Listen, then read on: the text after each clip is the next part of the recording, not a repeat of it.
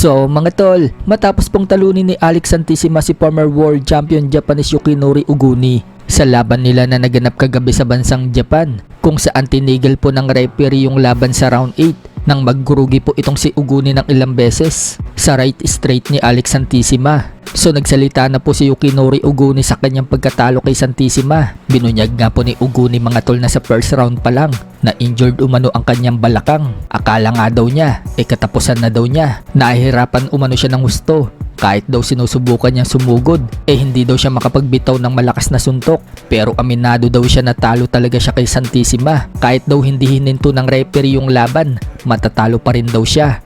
Oras na nga lang daw yung hinihintay.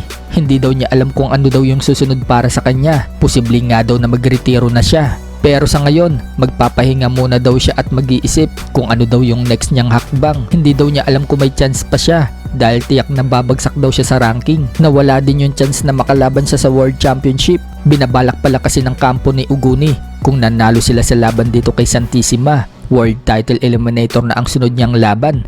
O kaya naman World Championship na. Hinihintay lang daw nila na umakyat itong si Inoue sa featherweight division at ibakante yung mga titulo sa super bantam. Kaso natalo siya. Makikita nga mga tol sa mukha ni Uguni na talagang bugbog sarado siya at tanggap naman niya yung pagkatalo. Habang si Alex Santissima naman mga tol, dahil na-upset po niya si Uguni, paniguradong mailalagay po siya sa ranking sa super bantamweight division sa susunod na update. Makikita na po natin sa ranking itong si Alex Santissima. Kapag nangyari yan mga tol, dalawa na po sila ng kapatid niyang si Gabriel Santissima ang nasa ranking ng Super Bantamweight Division. Sa kabilang banda naman mga tol, former 3 Division World Champion General Casimero nagpost ng maggarang sasakyan at sinabi niyang pangarap lang daw niya yan dati. Grabe daw. So hindi natin alam mga tol kung nabili nga ba yan ni Casimero. Ang dami nga pong reaksyon sa post ni Casimero.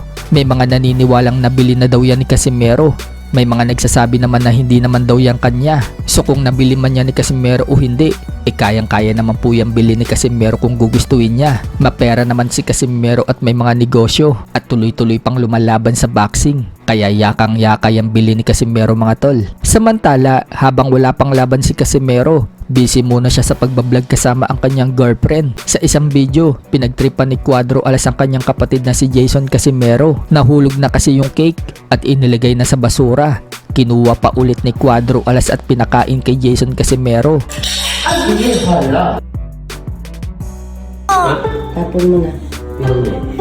Wala ngang kamalay-malay si Jason Casimero mga tol na galing na sa basurahan ng kinakain niyang cake. Pero sarap na sarap pa rin siya. Habang yung magkasintahan, tawang-tawa sa kalokohan nila. Ano pa twerk ko?